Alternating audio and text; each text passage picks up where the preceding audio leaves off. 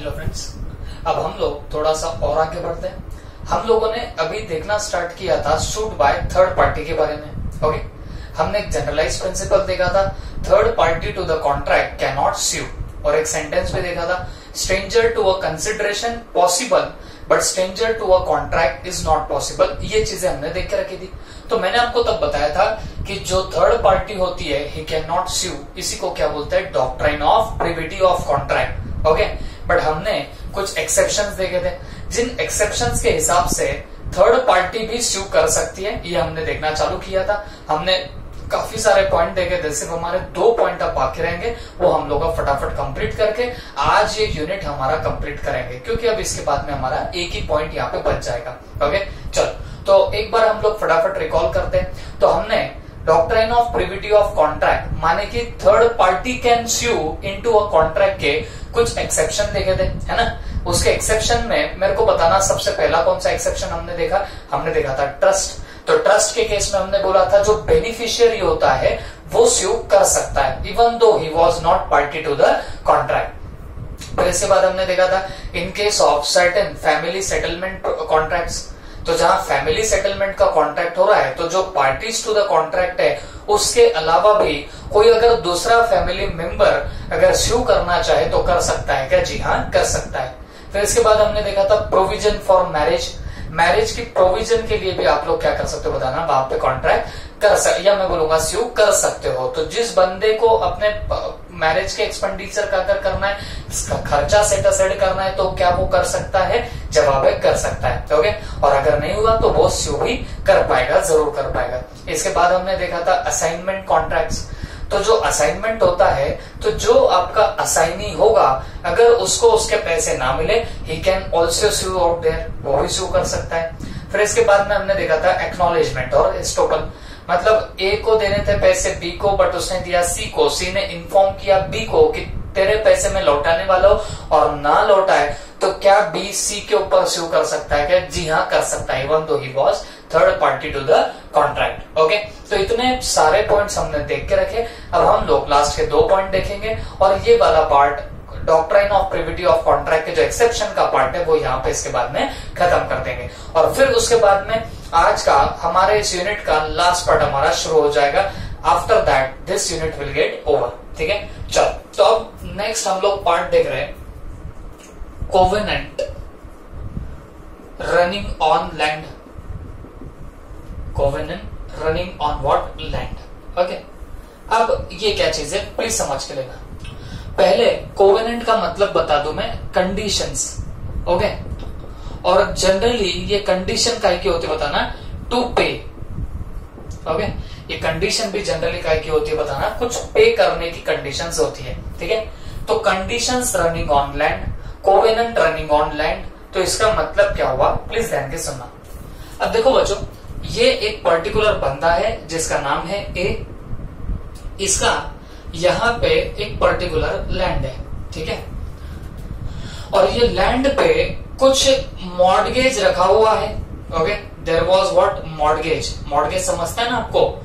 तो इस particular land को उसने मॉर्गेज किया है, और कोई तो भी लोन उसने लेके रखा होगा, लेट से किससे? बैंक से लोन लेके रखा हुआ है। ठीक है, बैंक से उसने क्या लिया है बताना, लोन लेके रखा हुआ है। अब हुआ क्या, ये जो पर्टिकुलर लैंड था इसका ए का, तो ए क्या करने वाला है, बी नाम के बंदे को ये लैंड सेल करने की सोच रहा है। Okay, he is going to sell this land to whom? B. B को ये क्या करना चाहता है बताना, सेल आउट करना चाहता है। ठीक है, अब यहां पे प्रॉब्लम क्या हो रही है देखो, अगर मान लीजिए ये लैंड को अगर ये सेल कर दे तो मुझे बताओ ये बैंक के लोन का क्या होगा? बैंक ने तो लोन ए को इस बेसिस पे दिया है क्योंकि उसने लोन को क्या किया था, मॉर्गेज किया था बैंक की तरफ। ओके, तो बैंक को एक तसल्ली थी कि कल चल के ए लोन ना लौटा पाए तो हम लोग ये लैंड बेच के पैसा अपना वसूली कर लेंगे। ओके, तो हम लोग ऐसा बोल सकते हैं, जो मॉर्गेज यहाँ पे हो गया ना, वो यहाँ पे क्या बोला जाएगा, कोवेनेंट रनिंग ऑन लैंड, है ना। तो मतलब यहाँ पे कुछ कंडीशन है, कुछ पे आउट करने की, है ना, टू पे condition, condition for paying out something. तो यहाँ पे अब होता क्या है, अगर एक बंदा दूसरे बंदे को ये ऐसा लैंड सेल करे जिसपे कोवेनेंट रनिंग है, मतलब कोई कंडीशन अटैच्ड है इस लैंड पे, तो अगर कोई बंदा दूसरे बंदे को ट्रांसफर करे तो दिस पर्टिकुलर सक्सेसर, इसको बोलने का सक्सेसर, ओके। तो successor can enforce A to make out the payment, okay. तो ये जो बी है, जो सक्सेसर है, मतलब जो लैंड परचेस कर रहा है, वो बंदा एनफोर्स कर सकता है ए को, काहे के लिए एनफोर्स कर सकता है, ये पर्टिकुलर मॉर्गेज जो भी था वो क्लियर करने के लिए एनफोर्स कर सकता है, ओके। अब मुझे एक बात बताओ, मेनली वो लोन का कॉन्ट्रैक्ट था किसके बीच में, ये बैंक और पर्टिकुलर ए के बीच में, इन दोनों के बीच में कॉन्ट्रैक्ट हुआ था। लैंड इसने मॉर्गेज किया और बैंक से लोन लिया, तो मेनली इन दोनों के बीच का कॉन्ट्रैक्ट था। बट अगर ऐसा लैंड जिसपे मॉर्गेज है, जिसपे कोवेनेंट रनिंग है, वो अगर कोई बंदा परचेस करे और उसको नोटिस है इस पर्टिकुलर कोवेनेंट की, इन पर्टिकुलर कंडीशंस की, तो ये पर्टिकुलर सक्सेसर एनफोर्स कर सकता है इस पार्टी को। काहे के लिए एनफोर्स कर सकता है कि भाई तू ये जो भी तेरा लोन वोन है, ये पर्टिकुलर लोन को तू फुलफिल कर दे या पे आउट कर दे, उसी के बाद मैं क्या करूंगा, लैंड परचेस कर सकूंगा। तो बोलने का मतलब क्या हुआ, ये लैंड पे मॉर्गेज था, बैंक से लोन लिया था। अब वैसे तो इन दोनों के बीच का कॉन्ट्रैक्ट, बट ये बी जो सक्सेसर है, ये इनको लैंड पे जो लोन था या मॉर्गेज था वो क्लियर करने के लिए बोल सकता है किसको, ए को। And B can sue on what, A, for the purpose of clearing that mortgage. तो बोलने का मतलब यहाँ पे भी क्या हो रहा है, यहाँ पे भी ये दो पर्टिकुलर पार्टीज थी, ये एक थर्ड पार्टी था कॉन्ट्रैक्ट के बीच में, बट फिर भी ये क्या कर रहा है, एनफोर्स कर रहा है। तो अगर ये ऐसा इन्फोर्स करे तो चलेगा कि नहीं चलेगा, जवाब है चलेगा, ओके। चलो लास्ट टाइम मैं आपको ये पॉइंट वापस से समझा देता हूँ। देखो, कोवेनेंट रनिंग ऑन लैंड, इसका मतलब होता है कुछ कंडीशन अटैच्ड है उस लैंड पे। कंडीशन भी जनरली कौन सी, जहां आपको कुछ पे आउट करना पड़ेगा, ऐसी कंडीशन अटैच थी। अब हुआ क्या, ये पर्टिकुलर लैंड ए बेचना चाहता था बी को यहाँ पे सक्सेसर बोला जाएगा। तो ये बी जो है, ये भले ही यहाँ पे थर्ड पार्टी होता है इस लोन के लिए, क्योंकि लोन लिया था बैंक से, तो ए ने बैंक को लोन रिपे करना था, तो main party to the contract तो ये दो थी लोन के केस में। लेकिन ये बी क्या कर सकता है, एनफोर्स कर सकता है ए को कि भाई तू तेरे बैंक का लोन क्या कर दे, रिपे कर दे, ताकि ये जो लैंड है वो क्या हो जाए, क्लियर हो जाए। बात समझ में आ गई। तो even though he is third party, then also he can sue on a. बात समझ में आ गई आपको। This is all about what, this particular exception, covenant running on land, okay. और इसके बाद अब एक लास्ट हम लोग यहाँ पे पॉइंट देखेंगे, contract through agent. Contract through what, agent, okay. अब ये क्या होता है बच्चों, एजेंट क्या होता है, पहले ये समझ के लेना आपको जरूरी होता है। देखो, हमेशा ध्यान रखना, लॉ ऑफ एजेंसी होता है, वो तो दूर रहा, अभी फिलहाल हमको जरूरत नहीं है। लेकिन एक मान लीजिए एक बंदा है जो है प्रिंसिपल, और इसने एक एजेंट अपॉइंट करके रखा हुआ है, ओके। एक प्रिंसिपल है, उसने किसको अपॉइंट करके रखा है, एक एजेंट को अपॉइंट करके रखा है। तो एक बात मैं आपको बता दूं, ये जो एजेंट होता है वो किसके बिहाफ पे काम करता है, प्रिंसिपल के बिहाफ पे काम करता है, ओके। तो यहां पे लिख देंगे working on behalf of principal. तो ये अपने प्रिंसिपल के बिहाफ पे काम करता है, कौन बताना, ये particular agent. Is that clear. अब होता क्या है, अब प्रिंसिपल ने इसको खुली छूट दी है एजेंट को कि भाई तू कहीं पे भी जा सकता है और मेरे बिहाफ पे तू काम करके आ सकता है, ओके। तो इस एजेंट ने क्या किया, एजेंट ने किसी एक पार्टी के साथ में कॉन्ट्रैक्ट कर लिया, ओके। कोई एक पार्टी थी, उसको कोई एक कॉन्ट्रैक्ट दे दिया, जो भी गुड्स वगैरह परचेस वगैरह करने थे या कुछ करना था, तो इस एजेंट ने कॉन्ट्रैक्ट दिया, किसको बताना, इस पर्टिकुलर पार्टी को, ठीक है। तो पार्टी ने क्या किया, पार्टी ने ये कॉन्ट्रैक्ट एक्सेप्ट कर लिया। अब अगर आप लोग यहाँ पे देखोगे तो मेनली कॉन्ट्रैक्ट किन किन के बीच में हुआ है बताना, पार्टीज टू द कॉन्ट्रैक्ट यहाँ पे कौन हो गई, एजेंट और पार्टी, है ना, इन दोनों के बीच में कॉन्ट्रैक्ट हुआ है। लेकिन ध्यान में रखना, अब इन दोनों के बीच में कॉन्ट्रैक्ट हुआ और कल चल के ये पार्टी पैसे नहीं देती है, ओके। अगर ये पार्टी पैसे नहीं देती है इस एजेंट को, तो ये जो प्रिंसिपल है, क्या ये प्रिंसिपल यहाँ पे स्यू कर सकता है कि नहीं कर सकता, ये यहाँ पे सवाल उठ रहा है। ओके, देखो पूरा कॉन्ट्रैक्ट क्या है, एक प्रिंसिपल था, इसने एक एजेंट अपॉइंट किया, और एजेंट का काम क्या होता है बताना, इस प्रिंसिपल के बिहाफ पे काम करना। तो इस एजेंट ने किसी एक पार्टी को कॉन्ट्रैक्ट दे दिया था, और पार्टी ने क्या किया, मान लीजिए पैसे नहीं लौटाए, या फिर जो जिस चीज का कॉन्ट्रैक्ट दिया था वो चीज उसने कंप्लीट नहीं करी। ओके, तो पार्टी ने लेट से पैसे नहीं दिए, तो अब सवाल ये उठता, क्या ये प्रिंसिपल यहाँ पे स्यू कर सकता है क्या? सवाल इसके लिए उठ रहा है क्योंकि यहाँ पे पार्टीज टू द कॉन्ट्रैक्ट ये एजेंट था और ये पार्टी थी, ये दो लोग पार्टीज टू द कॉन्ट्रैक्ट थे। तो ये प्रिंसिपल अपने आप में क्या बन जाता है, थर्ड पार्टी बन जाता है। Principal becomes here what, third party. तो सवाल ये, क्या ये प्रिंसिपल यहाँ पे स्यू कर सकता है कि नहीं कर सकता है? तो जवाब है जी हाँ, ये प्रिंसिपल यहाँ पे स्यू कर सकता है। क्यों? क्योंकि ये जो एजेंट अपॉइंट किया गया था, वो एजेंट किसके बिहाफ पे काम कर रहा था बताना, इस प्रिंसिपल के बिहाफ पे काम कर रहा था। ओके, तो याद रखना, ये प्रिंसिपल तब तक स्यू कर सकता है जब तक ये एजेंट अपने अथॉरिटी के अंदर काम करता है, अपने दायरे के अंदर काम करता है। मतलब प्रिंसिपल ने जितना उसको स्कोप दिया था, अथॉरिटी दी थी कि भाई तू इतना काम कर सकता है, अगर एजेंट उतना ही दायरे में रह के काम करता है तो आपका ये जो प्रिंसिपल है वो इसको स्यू कर सकता है। बट इसको एक लिमिटेशन देके रखी थी, स्कोप देके रखा था भाई तू इतना इतना काम कर सकता है, बट ये उसके ऊपर जाके कोई काम करता है तो ये प्रिंसिपल यहाँ पे स्यू नहीं कर पाएगा। ओके, तो अगर प्रिंसिपल को स्यू करना है, अगर नॉर्मली कोई पूछे कि प्रिंसिपल स्यू कर सकता है तो आप लोग जवाब दोगे जी हाँ, प्रिंसिपल कैन स्यू, लेकिन उसके लिए एजेंट ने अथॉरिटी में रह के काम करना चाहिए। मतलब उसको जितना काम दिया गया उतना ही उसने काम करना चाहिए, और दूसरी बात, प्रिंसिपल के नाम पे उसने काम करना चाहिए। ओके, तो अगर वो बोले कि भाई हाँ मैं मेरे प्रिंसिपल के बिहाफ में काम कर रहा हूं, तो डेफिनेटली फिर इसको पावर मिलेगी स्यू करने की, otherwise this principal will not get any power to sue on this particular person. Okay, तो ये कॉन्ट्रैक्ट थ्रू एजेंट वापस से बताता हूं।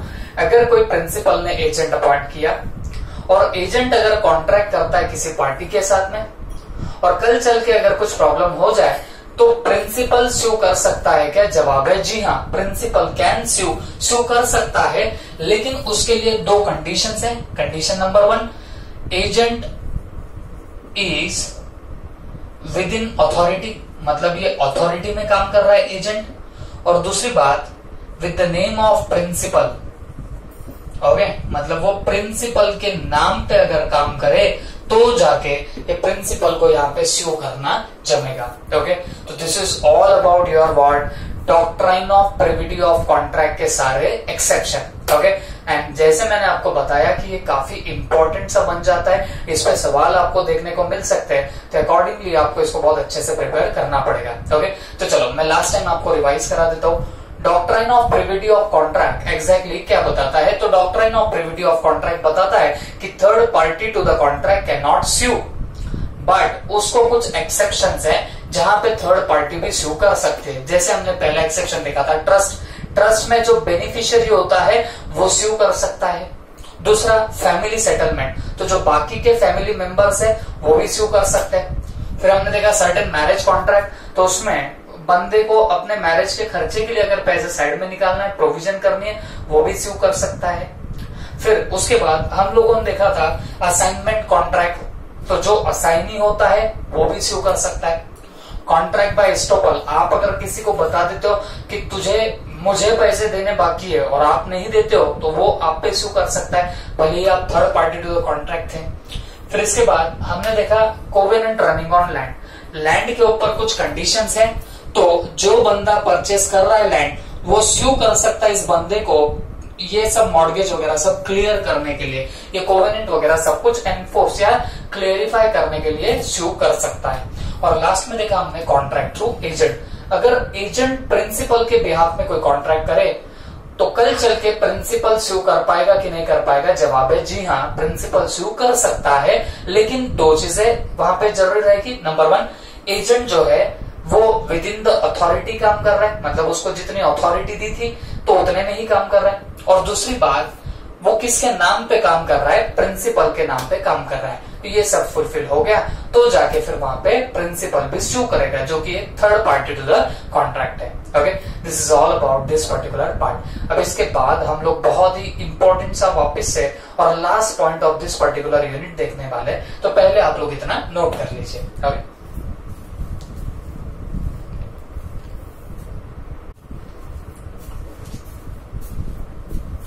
चलो बच्चों, अब हम लोग हमारे इस यूनिट का लास्ट पार्ट देखने वाले है ना। अब लास्ट पार्ट देखने से पहले एक बात आपको बता दूं, अब वापस से यूनिट कंप्लीट हो रहा है, तो आज कंप्लीट होगा, मतलब आज 8 तारीख है तो आज कंप्लीट हो रहा है। कल हम लोग रिवीजन का सेशन करेंगे, पूरा कंसिडरेशन वापस रिवाइज करेंगे जैसे हमने पिछले फर्स्ट यूनिट में भी किया था, और उसके बाद क्वेश्चन एंड आंसर का सिनारियो चलेगा। ओके, और क्वेश्चन एंड आंसर हमारे हो गए तो उसके बाद हम लोग टेस्ट यहाँ पे कंडक्ट करेंगे। ओके, तो आप लोग एक बात पकड़ के चलना, 11 जून को आपकी यहाँ पे टेस्ट रहेगी, ठीक है। 11 जून डेट नोट कर लो, 11 जून को हमारी टेस्ट रहेंगी ऑन कंसिडरेशन टॉपिक, ठीक है। तो आई होप आप सब लोग अच्छे से प्रिपेयर कर लोगे। अब आपको पता ही है कि कैसे हमारे क्वेश्चन आते कैसे नहीं, यू नो वेरी वेल, ठीक है। चलो, अब हम लोग देख रहे last point, that is validity of an agreement. तो एक चीज याद रखना, if there is no consideration, if there is no consideration, there will be no contract, there will be no contract. Okay, तो ये तो चीज आपको पहले से पता है कि अगर कंसिडरेशन ही नहीं रही तो कॉन्ट्रैक्ट आपका वैलिड कॉन्ट्रैक्ट बन ही नहीं सकता, या वहां पे कोई कॉन्ट्रैक्ट ही नहीं बनेगा। Okay, reason is very simple, क्योंकि एग्रीमेंट बनाना है तो उसके लिए आपको कंसिडरेशन जरूरी होती है, तो जब तक कंसिडरेशन ना हो तब तक आपका एग्रीमेंट बन नहीं पाएगा। ओके, तो इसके लिए हम लोग क्या बोल रहे हैं बच्चों, इसके लिए हम लोग एक ही बात बोलेंगे कि आपको अगर कॉन्ट्रैक्ट बनाना हो, वैलिड कॉन्ट्रैक्ट बनाना हो, तो उसके लिए कंसिडरेशन मस्ट होगी, तो उसके अलावा आपका एक कॉन्ट्रैक्ट वैलिड कॉन्ट्रैक्ट बन ही नहीं सकता। ओके, तो if there is no consideration there will be no contract. और हम लोग एक बात और बोल सकते हैं, एन एग्रीमेंट विदाउट कंसिडरेशन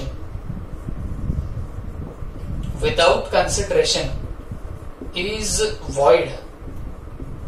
तो कोई भी एग्रीमेंट जो होगा, जो विदाउट कंसिडरेशन होगा, वो हमेशा क्या रहेगा बताना, एक वॉइड एग्रीमेंट रहेगा। That will remains what, void agreement. Clear हो गई बात सबको।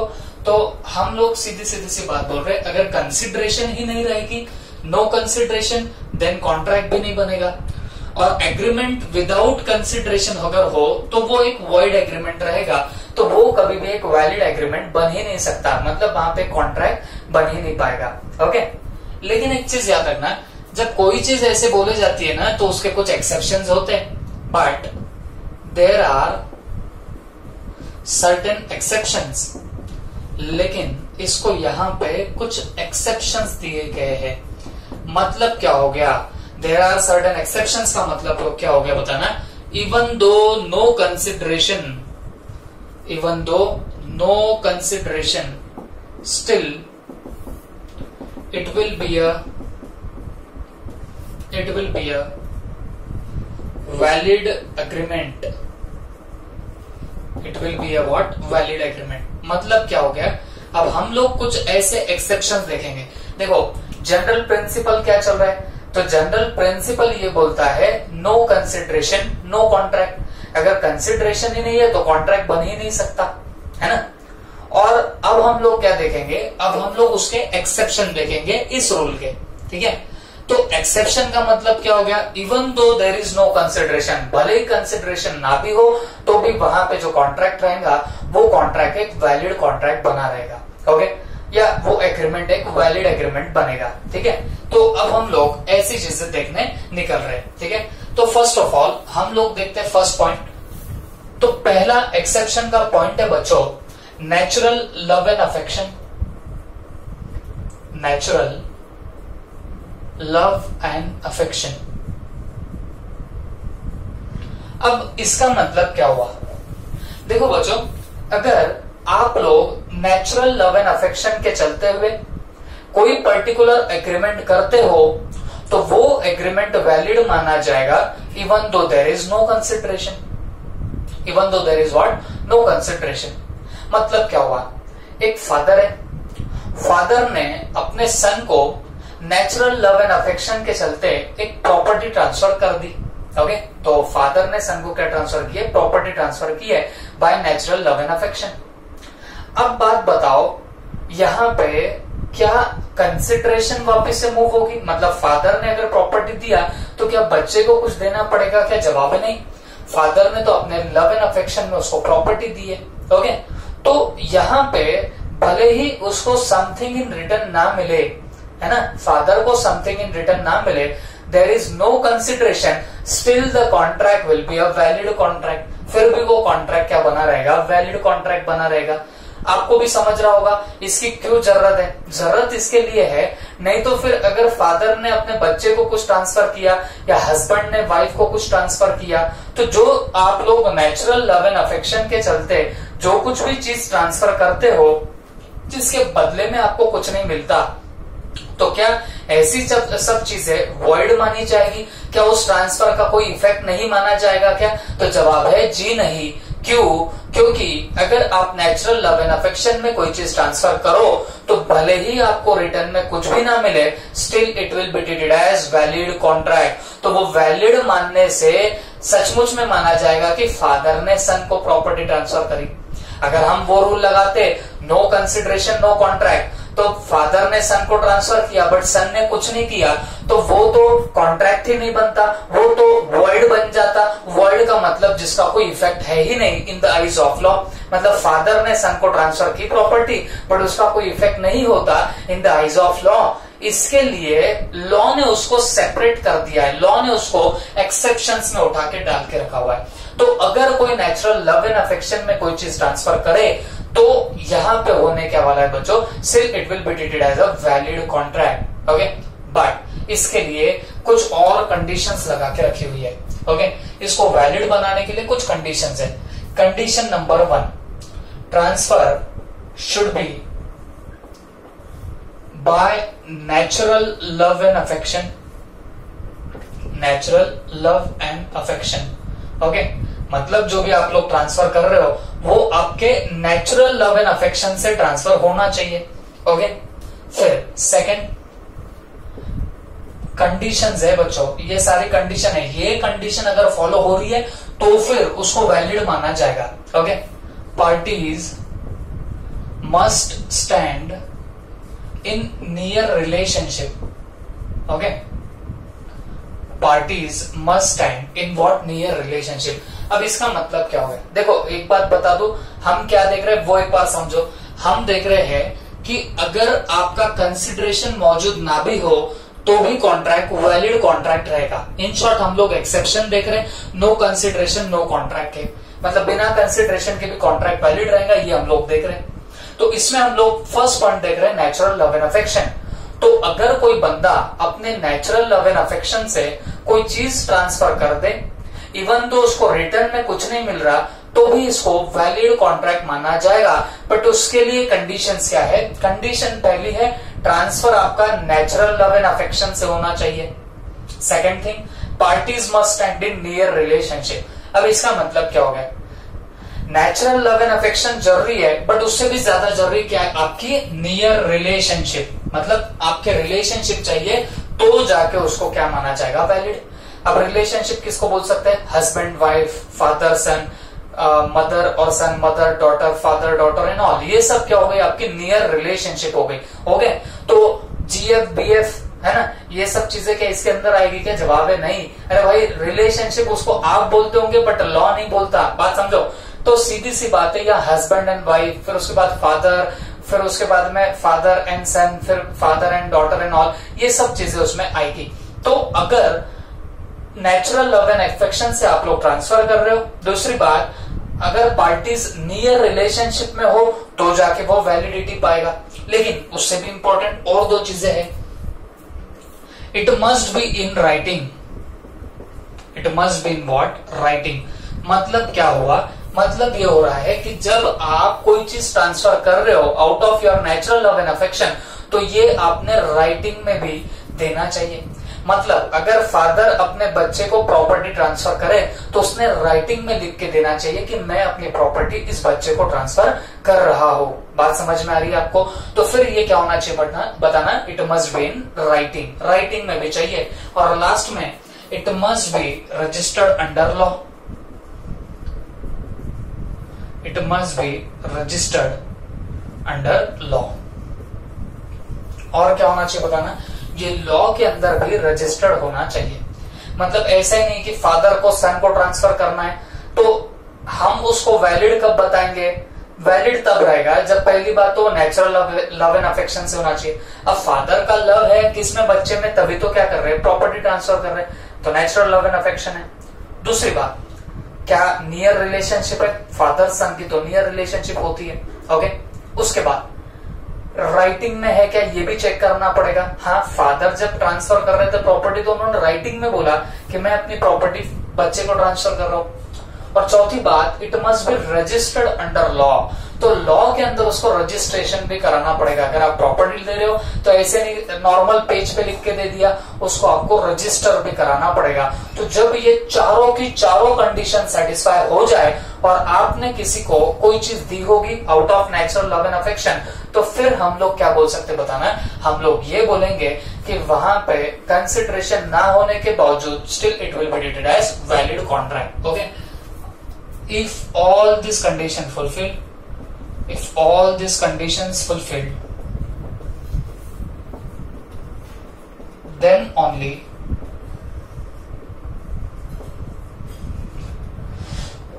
we will call it as valid contract, valid contract। तो हम valid contract उसको तभी बोलेंगे जब ये चारों की चारों कंडीशन फुलफिल हो जाए। तो भले ही रिटर्न में कुछ ना मिले तो भी it will be called as valid contract. Okay, चलो आप इतना फटाफट लिख लो, फिर हम लोग और आगे जाएंगे।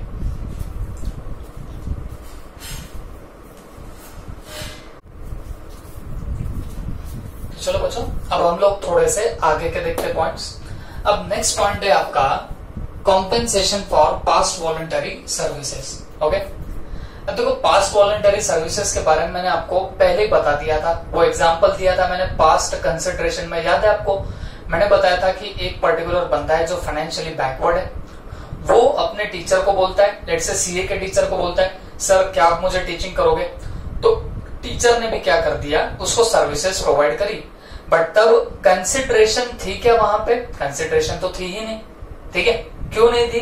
क्योंकि जब टीचर पढ़ा रहा था तो उसको ये नहीं पता था कि बदले में अपने को कुछ मिलेगा। हाँ, लेकिन जब वो बच्चा बड़ा बन के सीए बनता है और फिर जाके क्या करता है बताना, प्रॉमिस करता है वापिस पैसे देने का, तो जाके हम लोग बोल सकते हैं कि भाई वो पास्ट कंसिडरेशन हुई।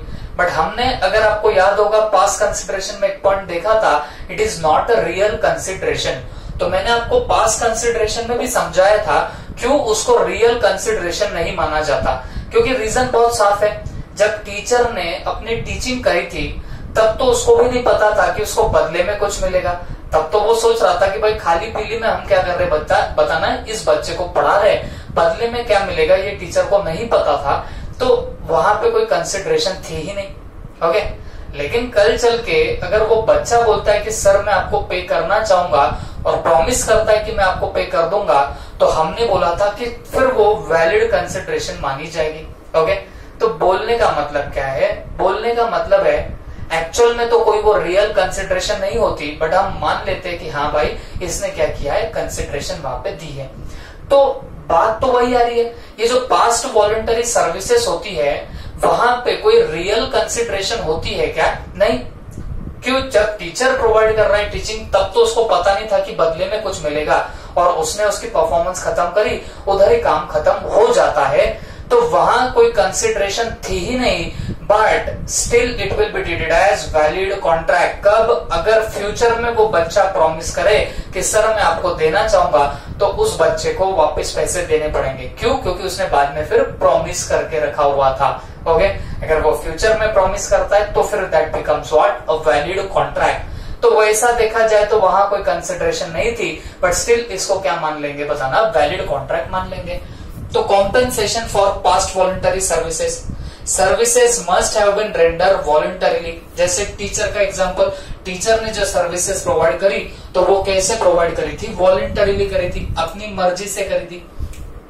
रेंडर्ड फॉर द प्रोमिसर, और किसको रेंडर करी थी? प्रोमिसर को, मतलब जो बच्चा बाद में सीए बनता है और फिर प्रॉमिस करता है कि सर मैं आपको पेमेंट कर दूंगा, तो उसी को सर्विसेज रेंडर हुई थी, है ना। ये दो कंडीशन सेटिस्फाई होनी चाहिए, क्या कि सर्विसेज वॉलंटरीली दी होनी चाहिए, और दूसरी बात रेंडर्ड फॉर द प्रोमिसर, उस प्रोमिसर के लिए दी जानी चाहिए। फिर promisor must be in existence when services were rendered, मतलब जब सर्विसेज दी जा रही थी तो प्रोमिसर होना चाहिए एग्जिस्टेंस में। तो हम अगर उसको पढ़ा रहे, टीचर ने अगर उस बच्चे को पढ़ाया तो डेफिनेटली वो एग्जिस्टेंस में तो होगा। ओके, और फिर लास्ट में क्या है? Promisor must have intended to compensate the promisee, मतलब जब बाद में क्या होता है, वो बच्चा इंटेंशन बताता है कि सर मैं आपको पे करना चाहता हूं, तो वो अगर बोलता है कि सर मैं आपको पे करना चाहता हूं, तो वो कोई कंसिडरेशन नहीं मानी जाएगी। क्यों? क्योंकि जब टीचर ने अपनी सर्विसेज प्रोवाइड करी तब कोई रिटर्न उसको मिलेगा कि नहीं मिलेगा टीचर को भी नहीं पता था। तो इन शॉर्ट वहां पे कॉन्ट्रैक्ट हो ही नहीं रहा था। लेकिन ये बाद में चल के अगर प्रॉमिस करे कि सर मैं आपको पे करना चाहता हूं, तो फिर बदले में टीचर उसको कुछ देगा नहीं। आप बोलोगे सर बदले में टीचर ने पहले टीचिंग कर दी है, तो वो टीचिंग जो टीचर ने करी वो विदाउट कंसिडरेशन करी थी, कोई मोटिव नहीं था टीचर का उसके पीछे।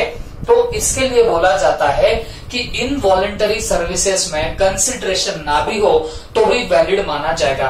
तो प्रोमिसर ने क्या और करना चाहिए बताना, इंटेंशन बताना चाहिए वो पे आउट करने का, पैसे पे आउट करने का इंटेंशन बताना चाहिए।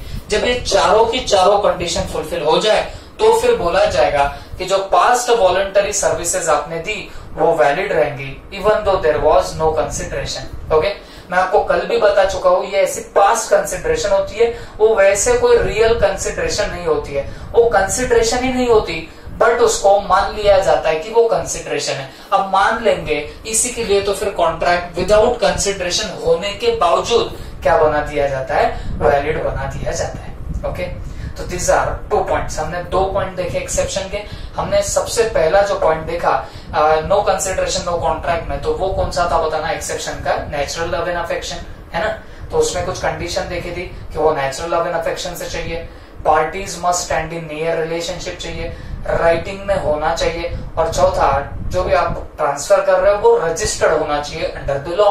और फिर हमने देखा पास्ट वॉलंटरी सर्विसेज, तो सर्विसेज वॉलंटरीली देनी चाहिए, फिर render to the promisor, promisor को देनी चाहिए, फिर प्रोमिसर एग्जिस्टेंस में भी होना चाहिए, और promisor must have intended to compensate, है ना, वो उसने इंटेंशन बताया वापस से पे आउट करने का।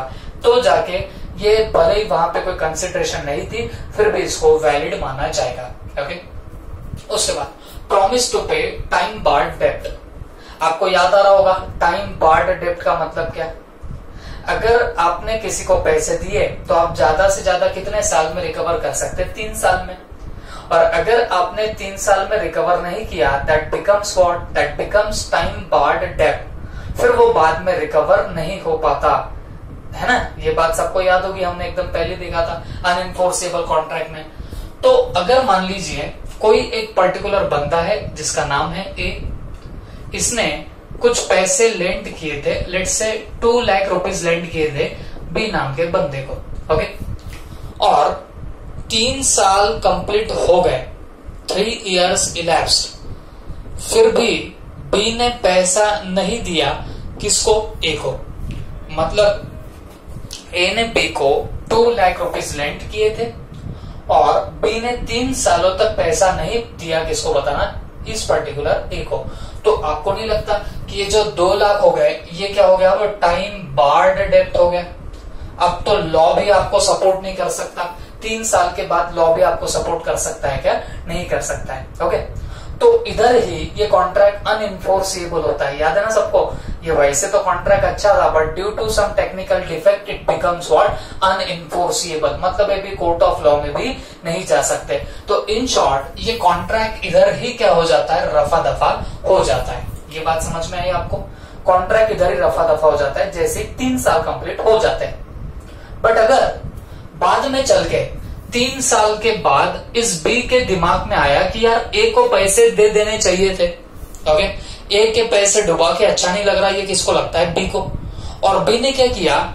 आफ्टर 3 इयर्स 3 साल बाद, वैसे तो बी को कुछ देने की जरूरत नहीं है, but B after 3 years repays to A. अब ये बंदा रीपे करना चाहता है, किसको बताना? ए को रीपे करना चाहता है। तो क्या ये रीपे करने की उसको जरूरत है? वैसे तो जरूरत नहीं है, लेकिन अगर वो रीपे कर दिया तो वो वैलिड रहेगा कि नहीं रहेगा? तो जवाब है जी हाँ, ये बिल्कुल वैलिड रहने वाला है। ओके, प्रॉमिस टू पे टाइम बार्ड डेब्ट। तो टाइम बार्ड डेब्ट अगर आप रीपे कर रहे हो तो ये वेरी मच वैलिड रहेगा। ओके, ये वैलिड रहेगा even though there is no consideration. आप बोलेंगे सर कंसिडरेशन कैसे नहीं है? 3 साल पहले ए ने लोन दिया था बी को, और वही पैसा बी किसको लौटा रहा है बताना? ए को। तो कंसिडरेशन तो है, ए ने लोन दिया, बी ने वापस रिपेमेंट किया, कंसिडरेशन तो है। तो ये नो कंसिडरेशन क्यों बोल रहे हो आप? ऐसे आपके दिमाग में चल रहा होगा, तो प्लीज ध्यान से सुनना। देखो, ए ने बी को 2 लाख रुपए दिए थे, तो अगर बी 3 साल के अंदर रिपेमेंट करता तो उसको कंसिडरेशन बोला जाता, क्योंकि वहां पे वो बाइंडिंग कॉन्ट्रैक्ट बन रहा था। 3 साल तक वो बाइंडिंग कॉन्ट्रैक्ट बन रहा था, बट जैसे ही 3 साल कंप्लीट हो गए वैसे ही ये अनइनफोर्सिएबल कॉन्ट्रैक्ट बन गया और कॉन्ट्रैक्ट उधर ही खत्म हो गया। तो तुमने जो उसको पैसा दिया था उसका भी कोई इफेक्ट नहीं रहता, वो वॉइड बन जाता है, अनइनफोर्सिएबल बन जाता है ये पर्टिकुलर कॉन्ट्रैक्ट, जो कोर्ट ऑफ लॉ में एनफोर्स नहीं कर सकते। तो इन शॉर्ट, जो आपने पैसे दिए उसका माना जाएगा कि कोई इफेक्ट ही नहीं है, मतलब आपने पैसे ही नहीं दिए ऐसा मान लिया जाएगा। और फिर अगर इसकी बुद्धि आई, बी को बुद्धि आई कि भाई पैसे देने चाहिए, तो अगर ये देना चाह रहा है तो आपको नहीं लगता कि अब ये जो पैसे दे रहा है उसके लिए उसको कुछ रिटर्न में नहीं मिलेगा? उसको जो पहले लोन मिला था वो तो मान लिया गया कि उसका कोई इफेक्ट ही नहीं है, क्योंकि 3 साल कंप्लीट हो चुके थे, टाइम बार्ड बन गया था डेब्ट, तो इसका तो कोई इफेक्ट ही नहीं था। अब फिर आप सोच के देखो, अब तो ये इफेक्ट हो रहा है ना कि ये 2 लाख ए ने बी को दिए ही नहीं, ऐसा उसका लॉ के हिसाब से इंटरप्रिटेशन हो गया। बट अगर बी अपनी बुद्धि से उसको देना चाहे तो वो दे भी देगा, लेकिन उस टाइम को क्या होगा? उस टाइम को तो बी ने ए को पैसे दिया ऐसा ही माना जाएगा, तो वो माना जाएगा विदाउट कंसिडरेशन है ना।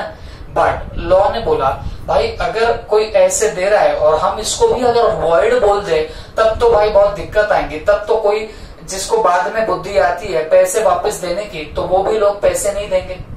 तो इसलिए लॉ ने क्या बोल दिया, अगर कोई बंदा बाद में वापस पे करने की बात करता है तो भले ही उसमें अब कंसिडरेशन कुछ नहीं रहेंगी, but still it will be treated as valid contract. तो इसके लिए बोला है कि प्रॉमिस कर रहे हो टाइम बार्ड डेब्ट देने का, मतलब जो डेब्ट टाइम बार्ड हो गया था, 3 साल कंप्लीट हो चुके थे, तो वो अनइनफोर्सेबल बन गया, तो जो आपने पैसे दिए उसका कोई इफेक्ट ही नहीं था। लेकिन वो पैसे अगर आप वापस रिटर्न करने की कोशिश करते हो तो आप बदले में कोई कंसिडरेशन तो नहीं रहेगी, but still it will be treated as valid contract, इसको एक वैलिड कॉन्ट्रैक्ट माना जाएगा। I hope you understood it well. तो ये ऐसे अभी तक हमने 3 पॉइंट देखे। सबसे पहला नेचुरल लव एंड अफेक्शन, फिर देखा compensation for past voluntary services, और फिर हमने देखा प्रॉमिस टू पे व्हाट टाइम बार्ड डेब्ट। ठीक है, अब उसके बाद में है एजेंसी। ये तो बड़ा सिंपल है। एजेंसी क्या होती है?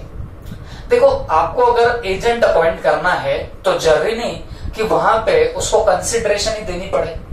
अब जैसे आपके पापा ने क्या किया, आपके पापा को लेट से 2 लाख रुपीस किसी बंदे को देने थे कैश में, तो आपके पापा ने उस बंदे को बोला कि देखो मेरा बच्चा आएगा तो ये बच्चा आपको क्या करेगा, 2 लाख रुपए देके चला जाएगा। ओके, जैसे ही आपके पापा ने आपको ये काम सौंपा, आप पापा के एजेंट बन जाते हो। बात समझ में आ रही है? आप क्या बन गए? यहाँ पे एजेंट बन गए, और आपके लिए प्रिंसिपल कौन बन गए? आपके पापा। ठीक है, तो मतलब आप किसके बिहाफ पे काम कर रहे हो? आपके पापा के बिहाफ पे काम कर रहे हो। तो 2 लाख रुपए आप लोग देके आ जाओगे और घर पे भी आ जाओगे। बात बताओ मुझे, आपने सर्विस दी कि नहीं दी? दी। किसको सर्विस दी? आपके पापा को दी। कौन सी सर्विस दी? एजेंसी की सर्विस दी। पापा ने आपको काम बोला तो आपने आपके पापा के बिहाफ पे काम भी कंप्लीट कर दिया, ये हुई एजेंसी। अब आप बताओ, ये आपने जो सर्विस दी पापा को, इसके लिए आप कोई रेम्यूनरेशन मांगोगे पापा से कि पापा देखो मैंने तुम्हारा काम किया, मेरे को क्या करना, 10% देना, तो 10% तो पता नहीं, 10 तमाचे जरूर मिल जाएंगे। बात समझ में आ रही है आपको? तो बोलने का मतलब क्या हुआ, ये जो एजेंसी होती है बहुत बार होता है कि जो एजेंट होता है वो कंसिडरेशन के लिए होता है। ओके, मतलब जिसको हम लोग अपॉइंट करते हैं एज एन एजेंट, बहुत बार वो कंसिडरेशन के लिए होता है, बदले में हमसे कुछ तो भी लेगा, या तो सैलरी लेगा या तो कमीशन लेगा। बट जरूरी नहीं है कि हर एजेंसी के लिए कंसिडरेशन ही देनी पड़े। तो अगर एजेंसी में विदाउट कंसिडरेशन भी आप लोग एजेंसी करते हो तो भी वो क्या मानी जाएगी, वैलिड मानी जाएगी। जैसे आपके पापा ने आपको काम दिया, आप वो काम करके आ गए, आप तो एजेंट बने थे पापा के, बट ये जो आपने काम किया तो वो भी वैलिड माना जाएगा। Okay, even though there was no consideration, वहां पे कोई कंसिडरेशन नहीं थी, फिर भी वो क्या बन जाएगा, एक वैलिड कॉन्ट्रैक्ट बन जाएगा। ओके, उसके बाद कंप्लीटेड गिफ्ट, ये तो सीधी सी बात है। आप अगर किसी को भी गिफ्ट देते हो जो कंप्लीटेड गिफ्ट है, ठीक है, तो मुझे एक बात बताओ, हम किसी को गिफ्ट देते हैं तो क्या हम लोग रिटर्न गिफ्ट एक्सपेक्ट करते हैं? हाँ, बहुत लोग मुंडी हिला रहे हैं, हाँ सर हम तो रिटर्न गिफ्ट एक्सपेक्ट करते हैं। बट भाई वैसे मत सोचो, आप नॉर्मली सोच के देखो, जब भी हम लोग गिफ्ट देते हैं तो हमारा पर्पस अलग होता है, हम सामने वाले से रिटर्न गिफ्ट एक्सपेक्ट नहीं करते। ओके, तो ये जो कंप्लीटेड गिफ्ट आपने दिया तो आपने सामने वाले को दिया, बदले में आपको कुछ नहीं मिलने वाला, तो बदले में आपको कुछ नहीं मिलेगा मतलब कोई कंसिडरेशन है ही नहीं। तो अगर कोई कंसिडरेशन नहीं है तो क्या ये कंप्लीटेड गिफ्ट वैलिड रहेगा कि नहीं रहेगा? जवाब है जी हाँ, वैलिड रहेगा। नहीं तो फिर अगर इसको भी वॉइड बना दोगे तो इसका मतलब तो ये होगा कि हमने किसी को कुछ गिफ्ट दिया ही नहीं, लॉ की नजरों में उसका कोई इफेक्ट आएगा ही नहीं। तो ऐसा ना हो, इसके लिए बोला गया है कि जो कंप्लीटेड गिफ्ट दिए जाएंगे वो वेरी मच वैलिड रहेंगे, even though there is no consideration, बदले में हमको कुछ नहीं मिलेगा तो भी इसको क्या माना जाएगा, वैलिड कॉन्ट्रैक्ट माना जाएगा। ओके, तो उसके बाद हम लोग आगे चलते हैं, दैट इज व्हाट बेलमेंट। अब ये बेलमेंट क्या होता है? बेलमेंट का मतलब होता है ट्रांसफरिंग द पोजीशन। बेलमेंट का मतलब क्या होता है बताना? Transferring the position and not ownership, and not ownership. Okay, अब इसका मतलब क्या हो गया? देखो, बेलमेंट का मतलब क्या होता है? Transferring the position and not the ownership. ये क्या चीज हो गई? देखो सीधी सी बात है, आपकी अगर गाड़ी खराब हो जाए तो आप क्या करोगे? आप आपकी गाड़ी एक मैकेनिक को दे दोगे, है ना? मैकेनिक क्या करेगा? उसको रिपेयर करेगा और फिर आपको गाड़ी रिटर्न कर देगा। तो आपने वो जो गाड़ी उस मैकेनिक को दी तो आपने क्या किया? आपने बेलमेंट का कॉन्ट्रैक्ट कर दिया। ओके, जिसमें क्या होता है, आपने आपकी गाड़ी का पोजेशन, है ना, मतलब फिजिकल एग्जिस्टेंस जो है वो सामने वाले को दे दिया। मतलब जो गाड़ी थी वो आपने यूज करने के लिए, या मैं बोलूंगा उसमें कुछ काम करने के लिए सामने वाले को दे दिया, इसको बोला जाता है बेलमेंट। लेकिन आप क्या ओनरशिप उस मैकेनिक को ट्रांसफर करते हो क्या? जवाब है नहीं, आप सिर्फ फिजिकल कस्टडी सामने वाले को देते हो।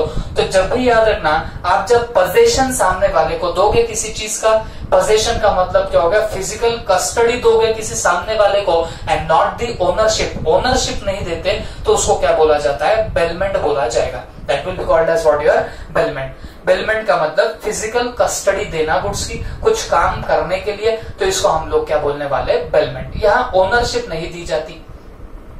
तो याद रखना, ये जो बेलमेंट होता है, ये बेलमेंट कभी कभी विदाउट कंसिडरेशन भी हो सकता है, तो भी इसको वैलिड कॉन्ट्रैक्ट माना जाएगा। Bailment can be without consideration, still it will be treated as valid contract. मैं अभी जो आपको एग्जांपल दे रहा था बेलमेंट का, वो विद कंसिडरेशन होता है। कैसे? आप अगर गाड़ी दोगे तो आप उससे रिपेयरिंग करा के लोगे, वो रिपेयरिंग करा के लेगा, बदले में आपसे पैसे लेगा, तो मतलब वहां पे कंसिडरेशन आ चुकी है। तो उस बेलमेंट कॉन्ट्रैक्ट में कंसिडरेशन है, तो जहां कंसिडरेशन है वहां तो जवाब ही नहीं, वो तो वेरी मच वैलिड कॉन्ट्रैक्ट है। बट प्रॉब्लम कहां पे है? ऐसे बेलमेंट कॉन्ट्रैक्ट में जहां पे कंसिडरेशन नहीं है। बराबर है?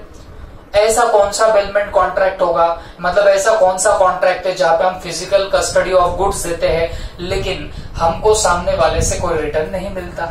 ओके, ऐसा कौन सा कॉन्ट्रैक्ट है? तो बहुत सारे ऐसे, जैसे आप लोग शिरडी के साईं बाबा कभी तो गए होंगे, अभी फिलहाल 3-4 महीने में तो आप कहीं नहीं गए होंगे, आपकी पूरी छुट्टियां जो थी वो बेकार चली गई। ओके, आप कहीं जा नहीं पाए, बट जो भी है भाई अभी खुदा चाहता है तो बस आप भी क्या कर पाओगे।